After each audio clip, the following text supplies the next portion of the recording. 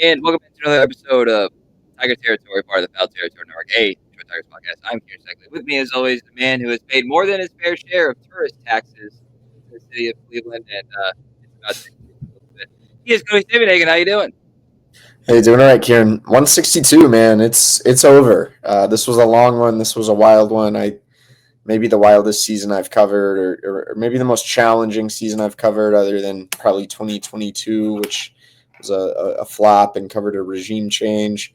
This one didn't have any of that, but it had a lot of drama, a terrific start, a brutal finish, and it kind of all led you to a pretty similar place, which is the wild card round facing the Cleveland Guardians. Series starts Tuesday. Tigers have a chance to kind of wipe the slate clean and see if they can make a little run here. I don't know. This is still a team that has its problems, but like we've said for a while, like I don't know, a 3-game series, you have Tarek Skubal on the mound. I wouldn't count out the Tigers. A little bit of a playoff run in some form or fashion would only be more fitting for what has been quite the season. Yeah, if last year they were the gritty Tigers, this year maybe they're the fully capable Tigers. Not necessarily going to do it or, feel Some that people great have about called them something else that rhymes with itty Tigers, but look, they're as it's a disappointing way to get here, but the bottom line is they are in the postseason. Yes, you got to go on the road, uh, and you also like the franchise has accomplished something that has not happened since Cody and I were in college. So like all these things are true, and you can still feel disappointment with the way that it played out. Tigers finished with a 87 and 75 record in the season. Obviously, get the last wild card spot. A little bit of drama today, nothing crazy. They had the lead, the Javi home run.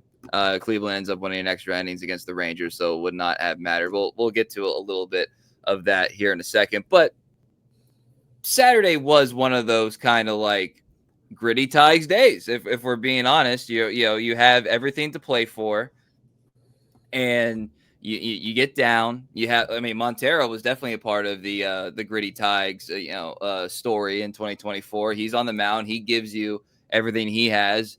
You get down. You have the random guy, in this case Jahmai Jones, deliver the base hit, and then just extremely aggressive base running to get that go ahead run across, and then you have Will Vest close it out. And that was 2024 Tigers. That's how they clinched that's how they got to be the gritty Tigers.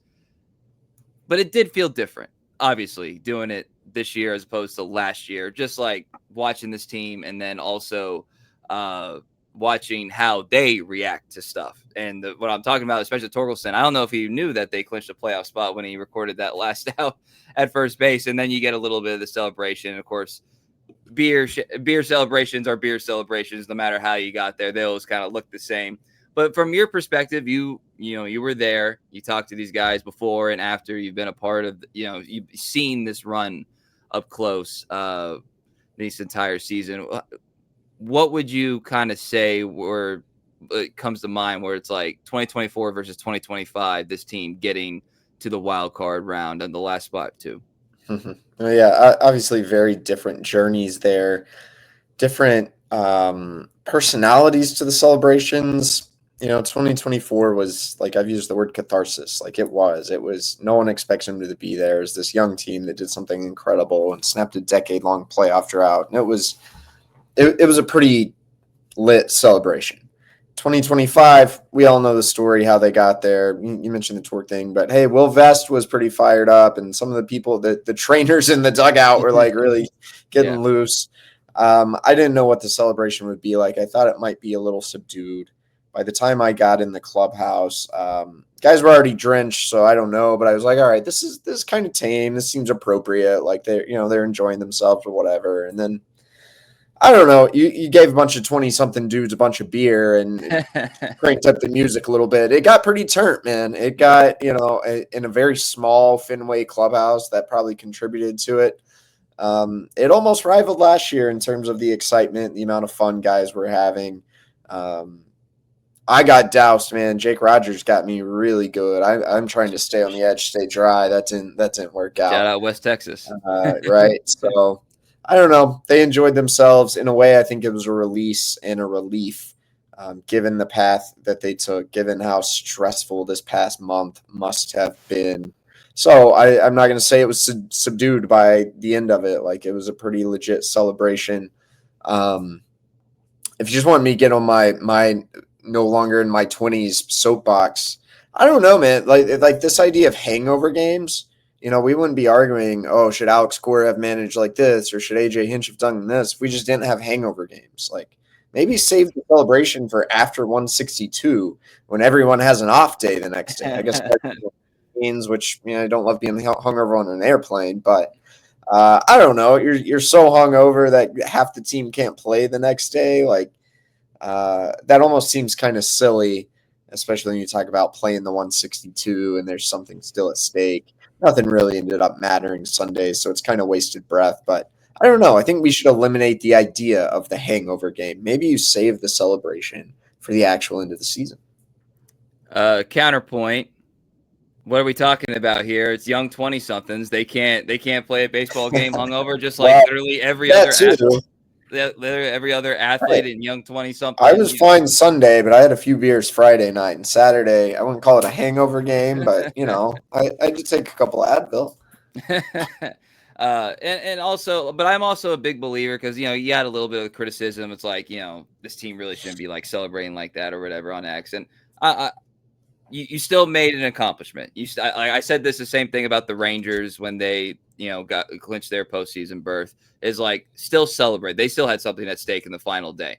Still celebrate it because you got here. Like, it's too long of a season. It takes too much. It's too much of a toll. It's too much of a sacrifice to not enjoy the moments you're supposed to enjoy. So that's my opinion. If you want to do the after 162 thing, you're gonna have to have Major League Baseball push back the postseason start, maybe 3 or 4 days, which I don't know if they are interested in doing that. And actually, I wanted to bring back to Javi real quick because he had, first of all, right in tune with Cora with the send.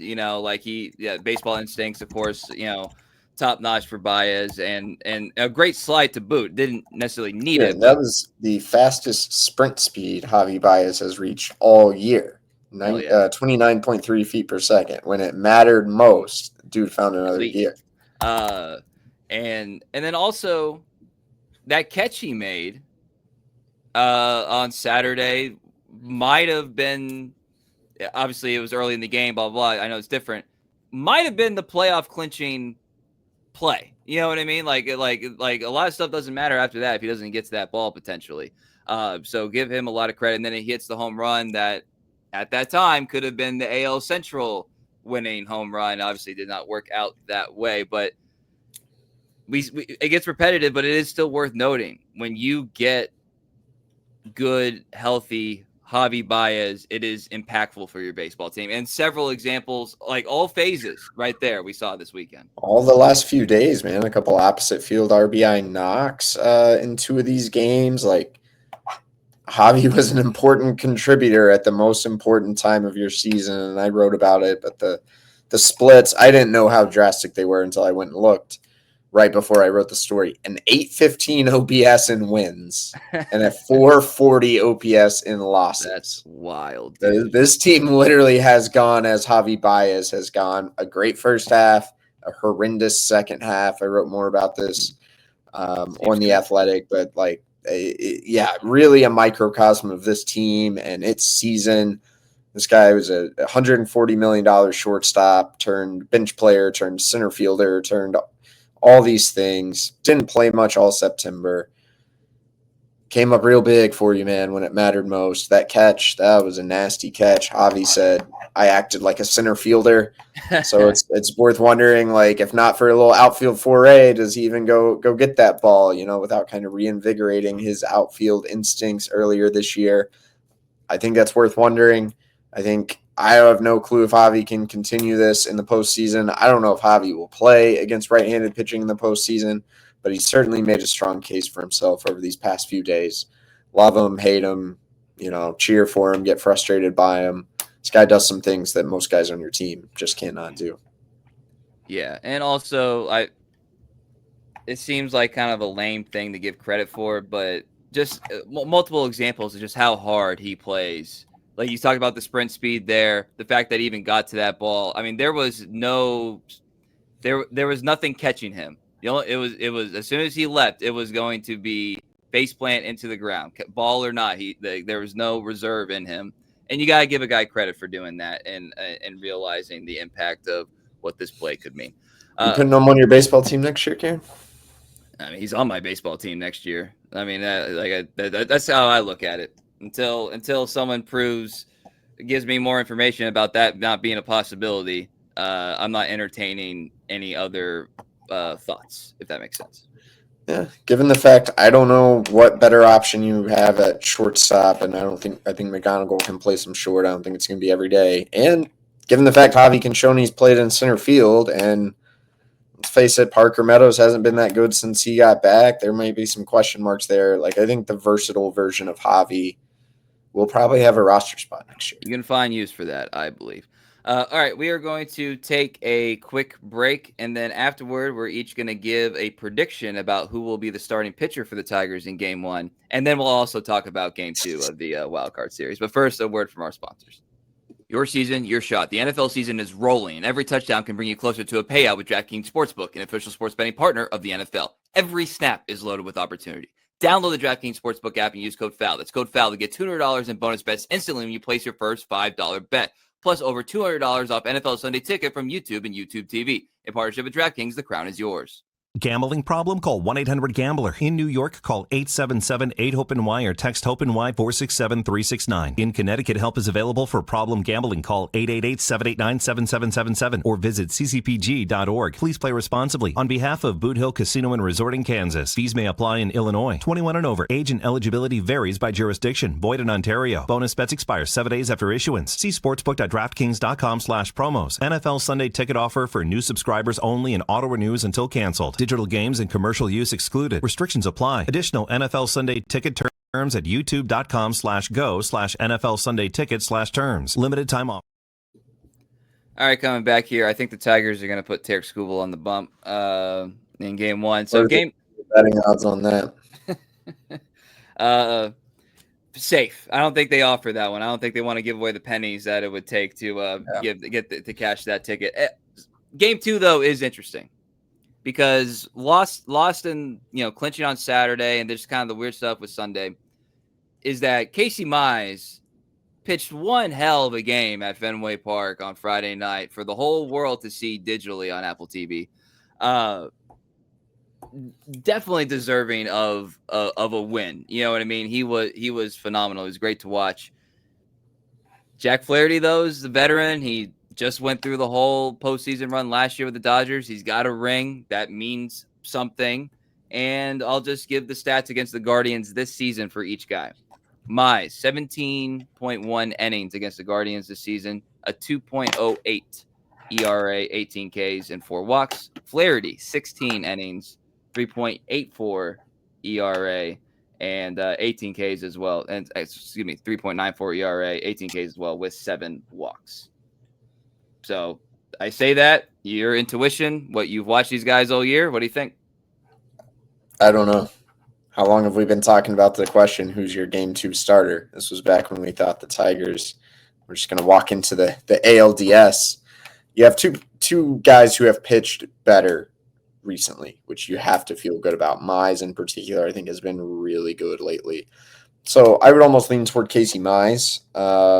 Flaherty is going to have one more day of rest, though. So I almost wonder if you just don't announce it until after Game 1. If you win Game 1, maybe keep everyone in line. Jack Game 2, Casey Game 3. But if you were to lose Game 1, that Skubal start, although the difference between Mize and Flaherty might be marginal, I personally would lean a little bit more toward Casey Mize if that's an elimination game. Flaherty, we'll see. I mean, the Tigers had him go out to the bullpen in that Saturday game. He didn't start throwing, but he was up and running. I guess that would have maybe replaced what would have been his normal bullpen. So I don't know if that would have altered his rest. It didn't come to fruition. He didn't enter that game. But it does make you wonder if they have some different plans for Jack Flaherty and are open to using him in different ways. So I don't know. But that's kind of my sense. I think maybe let's just leave that TBA, see what happens Game 1. so many scenarios that go through my head. It's like if you start one of them and you're like pressed in the fourth inning, do you bring the other one in? I mean, And there are then worse ideas. and then you gotta You figure don't use get to Melton. win The guy you would the third. probably use in that spot would be like a Melton. And if you don't use Melton, you got Melton for game 3. And it's a heavy left-handed lineup. We can't forget that. I'll be interested to see in a lot of other ways what the Tigers do with their playoff roster. Are they going to bring Bailey Horn up for like a, Chris Paddock's probably going to be gone. You got to cut from 28 to 26. I think Paddock and Tanner Rainey are out you. Would you bring up a Bailey Horn for a Paul Sewald? That would require caring about handedness, but you did pitch Paul Sewald on Sunday. Brennan Hanafy's been one of your best relievers all year, but are you going to be able to get him in the game against the lefty heavy Guardians? I'm not sure. So is Hanafy on this roster? I'm not sure. I think those are kind of the decisions. Watching in general, the Tigers will carry at least 11, probably 12 pitchers, but would they go like 11 and 15? Like that would be pretty drastic, but not in a 3-game series, not completely outside the realm of possibility. Yeah, well, AJ talked about how he's gonna be like before Sunday's game, how like late night, early morning, trying to figure out like what the plan would be. That I imagine that will continue into Sunday night into Monday morning, which actually, if we can backtrack here for a second, it was something that was a part of the storylines today, Cody, was the way AJ managed that game. There was a pocket of time where a division championship was in the cards. The Guardians were down by multiple runs. The Tigers, had taken the lead, then they were down one. Like everything was in the realm of possibility. Now, of course, Guardians win. It turns out to be null and void. But at the time, it was, I would say, a rather strange thing to witness. That it's the situation where you would pinch hit here. This is a situation. I'm not sure you're going to this guy out of the bullpen here. You see what I'm saying? So you talked to AJ before and afterward, and again, it ended up not mattering, but it wasn't necessarily like the greatest look of all time.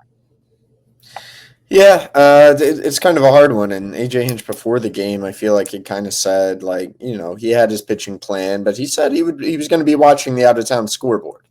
And granted, the Guardians were only down 1. I understand why AJ managed the pitching the way he did. I don't think you want to mess with any arms in that sort of scenario. Obviously, you're not going to use Tarek Skubal, but even the middle innings, like, I get why you wouldn't be aggressive. I get why he wasn't tinkering with the lineup. Come the 9th inning, though, when you got runners on base, he left Andy Ibanez in to face a righty, and he ended up getting a hit. But then you had Jake Rogers up. Jake Rogers had already grounded into a double play and punched that game twice. And let's be honest, Jake's barely played in a long, long time. You had Riley Green on the bench. Even if you just wanted to sub him out for another righty, that would have, I think, given you had a chance at the time to win the division, 2 guys on base, I feel like that would have made sense to make a move. I asked AJ about it after the game, and he kind of talked about the downstream effects. He didn't necessarily elaborate, but I think you can think of a few things. There's a world where the Tigers go to extra innings. He had Montero up, but extra, I don't know. That would kind of be a nightmare for your pitching.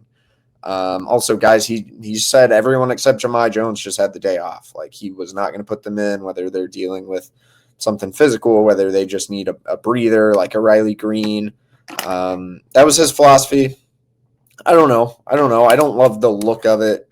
I don't have a fault with how he managed the game, but in the 9th inning with 2 runners on, pinch hitting for Jake Rogers with the chance to win the division seems to me like that would make sense. That would mean putting in Dingler, I don't know if Dylan Dingler can't catch one more inning at this point after as much as you've used him. I'm not sure. But I think part of the reason was he was cautious is because AJ Hinch has seen a lot of baseball and knows how these things go. And I don't know that he knew the Guardians would come back or that the Guardians would go to extra innings or that the Guardians would then win in walk-off fashion, but that's what happened, so none of it ultimately matters. Also kind of fitting for the 2025 Detroit Tigers. Sure. And then a lot of AJ topics here, but we did get the Sunday morning rollout, the Sunday morning rollout of Bob Nightingale, news and notes basically from around the league, and there's a section in there about the Houston Astros and what they might be doing, and then AJ Hinch's name is kind of just floated a little bit. And also it is believed that he will receive a contract extension, restructure, whatever, once the season is over. It had been in the works, but didn't make sense when you're having a historically bad September to to do that. Oh, it makes sense. Good on the Tigers for being good with optics in this particular situation, but we've done this drama before, Cody. Why? What we got? We've done this before. Why is he getting a contract extension? I thought he's under contract. Like, I guess AJ must love this because he doesn't want the world to know about his contract, and things would be a lot easier if it were just a little more clear. But I guess maybe there's some weird sort of leverage involved here. The understanding was always that his initial contract with the Tigers ran through 2025. So that's the end of this year. But 2 years ago, he received an extension 2 winter meetings ago. So that would seem to indicate that he's already under contract, and that was a, quote, long-term extension. Yeah. So why is he getting another contract extension if he's already under a long-term extension? I don't know. Makes me think maybe this is a money play. Makes me wonder if this came from an agent. Because AJ did sign that contract before Craig Counsell signed a record contract and before Alex Cora signed a lucrative deal. Maybe there's just leverage to try to restructure that deal, get a little more money. I don't know if there was some sort of opt-out in there. The Astros thing is always going to serve as leverage for AJ Hinch. I don't know. I think just knowing AJ, this is just my belief. There's a part of him that would like the poetic aspect of one day going back to Houston, whether that's the manager or perhaps in another role. But I don't know if now's the time. The Astros didn't make the postseason. They have probably one of the game's worst 5 farm systems. Tigers made the postseason back-to-back years, have one of the game's 5 best farm systems. I'm sure AJ would like the Tigers to be a little more aggressive in terms of procuring talent and trying to win at the major league level, but this is a pretty good situation. Houston, Jim Crane is an aggressive owner, but the timing would seem weird to leave the Tigers for the Astros right now. This feels to me like a leverage play. I don't know where it's coming from. I don't have any real insight beyond that. At this point, this is like the 3rd time we've dealt with this weird AJ Hinch contract speculation. I'm just kind of like, okay, like I'm a little bit over it. Yeah, I don't have much to add there. Things leak for a reason, like I always say. So figure out who it benefits for that stuff to leak, and then you can kind of piece it together yourself. My general advice for all this stuff. All right, we are going to take a quick break, and then afterward, we're going to kind of tier and group together several guys on this Tigers team in terms of the postseason and kind of what's at stake, for them reputation-wise. But first, a word from our sponsors.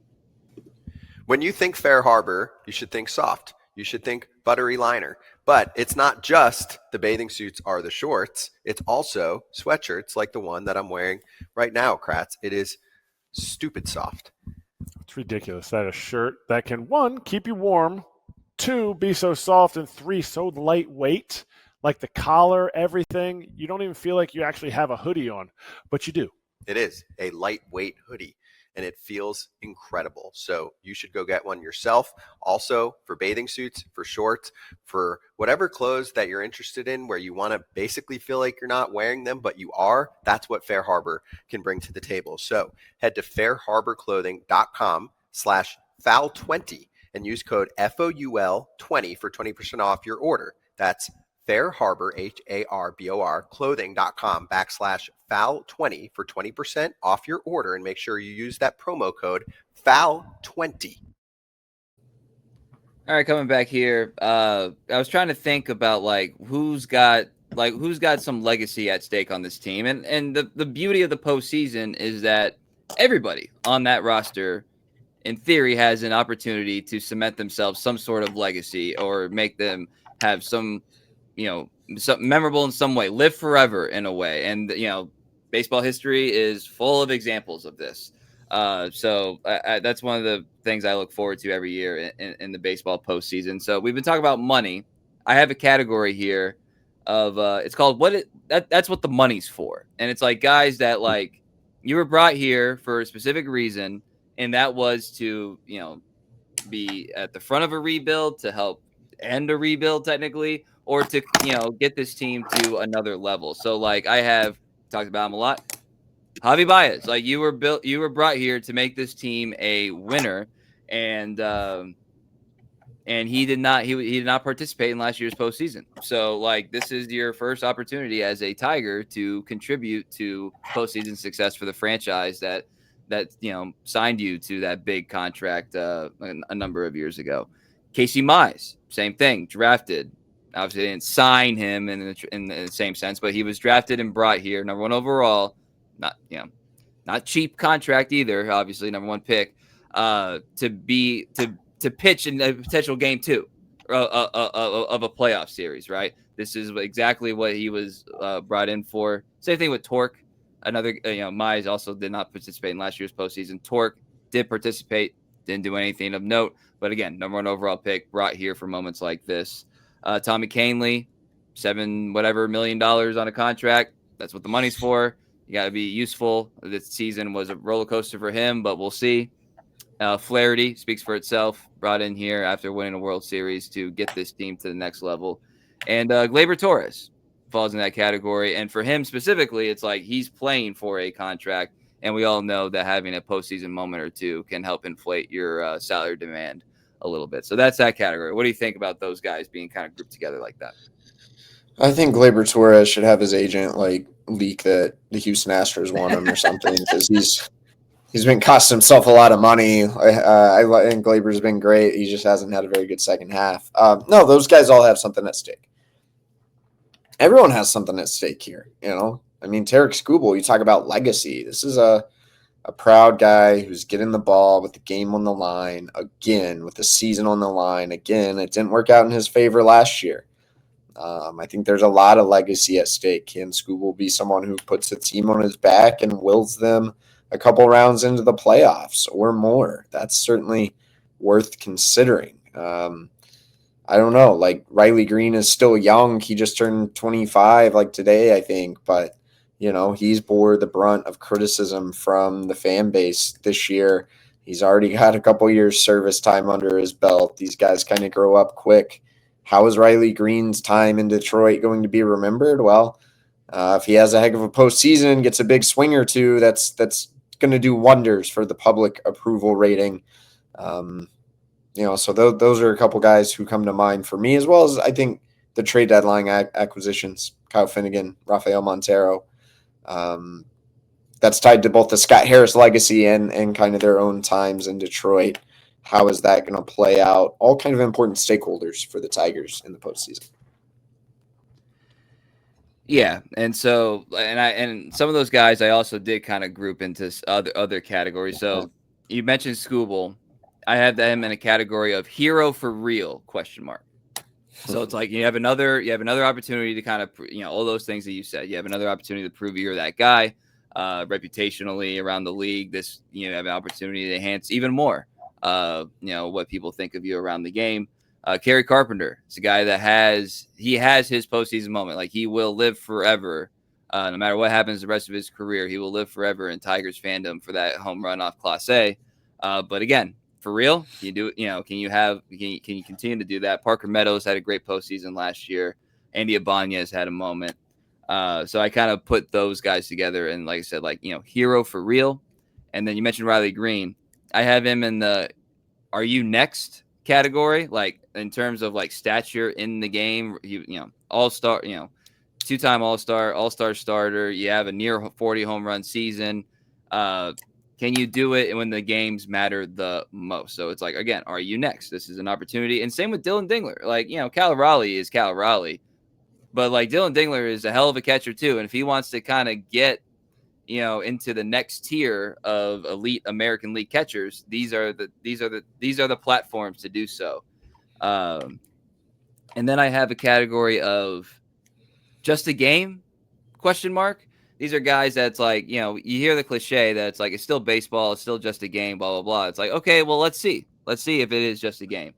Zach McKinstry, by the way, last year in the postseason, at 1.698 OPS in the postseason. So, he had a great year this year. Obviously, had some of the McKinstry-isms, but he is definitely a guy that, like, if he pops, I don't know what his OPS is and wins and losses or whatever, but I bet you it's a pretty decent relationship.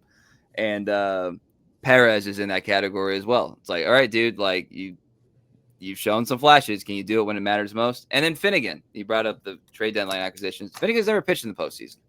Yeah. So it's like, is it just a game? Can you get the leverage innings? Exactly what you were brought here to do.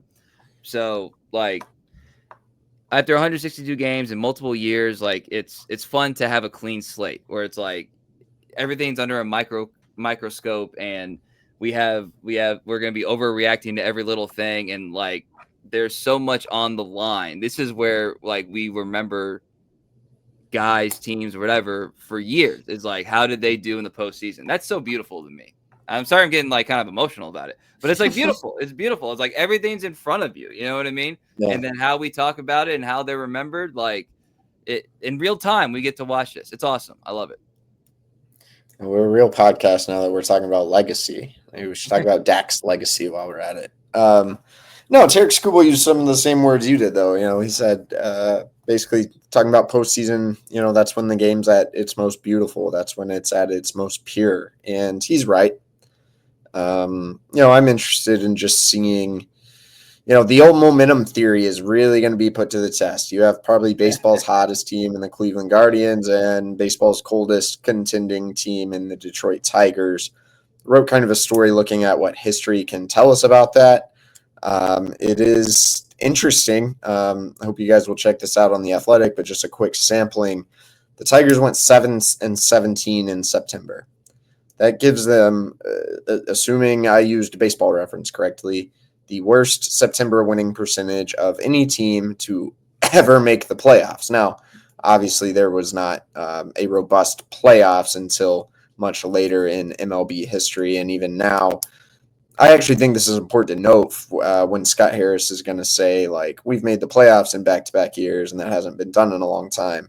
The Tigers would not have made the playoffs for 120-plus years of baseball history. It took an expanded playoff for each of these two playoff appearances. Yeah. But anyway, you can look at how some of these teams finish if you're watching on our own YouTube. 2006 Cardinals, 2000 Yankees won the World Series. There's some other teams. The 10 teams that have had the worst Septembers and made MLB's postseason have a winning record in playoff baseball games. So it is doable. It's also worth considering the Tigers weren't just bad in September. They were bad in the entire second half. They're going to have the worst second half winning percentage of at least any team that's ever won the pennant, which there's only 6 of them. So it's possible to get into the World Series or to win the World Series with a bad September. Not near as much precedent for doing that with a bad entire second half. I think that's a little bit revealing. Now, if you also look at the 10 best Septembers among postseason teams, which the Guardians narrowly miss out on cracking that list, a grand total of 0 of them have reached the World Series. So you can see some of that data in my story. The playoffs are a little bit weird. It would be unprecedented for the Tigers to make a run, but not completely unfathomable. There you go. The more you know, the less you understand a baseball story. All right. It's a lot of fun. We're going to have episodes that air after each game. We'll put them up as soon as we can, which probably be right in time for while you're making dinner. You could probably listen to us since the games are at I think that's what I'm most mad about, that good old 1 o'clock time slot. Make sure no one can watch the games. Just come on, man. Yeah. Well, Boston and New York certainly weren't going to get the 1 o'clock slot. So as soon as I saw that, I was like, yep, I can guarantee you that's where the Tigers will be. And then if there's a game 3, we'll see. So yeah, we'll have post-game shows after each game, and then also, see if we can get Austin on to give his analysis of the playoffs as well. So looking forward to all of it. Looking forward to watching postseason baseball for the second year in a row. I will be up in Cleveland. So if you guys see me, say hi. It's gonna be a lot of fun. We finally made it through 162 games, Cody. It took a long time, but it felt really quick. So I want to thank everybody for listening along the way and continue to follow us on X, formerly known as Twitter, at Cody Stavenhagen. I'm at Kieran_Steckley, pod page at Tiger Territory _ YouTube, Instagram, Apple, Spotify, wherever you get your podcasts, we are there. We appreciate all of you. So for Cody Stavenhagen, I'm Kieran Steckley. Everybody have a great day.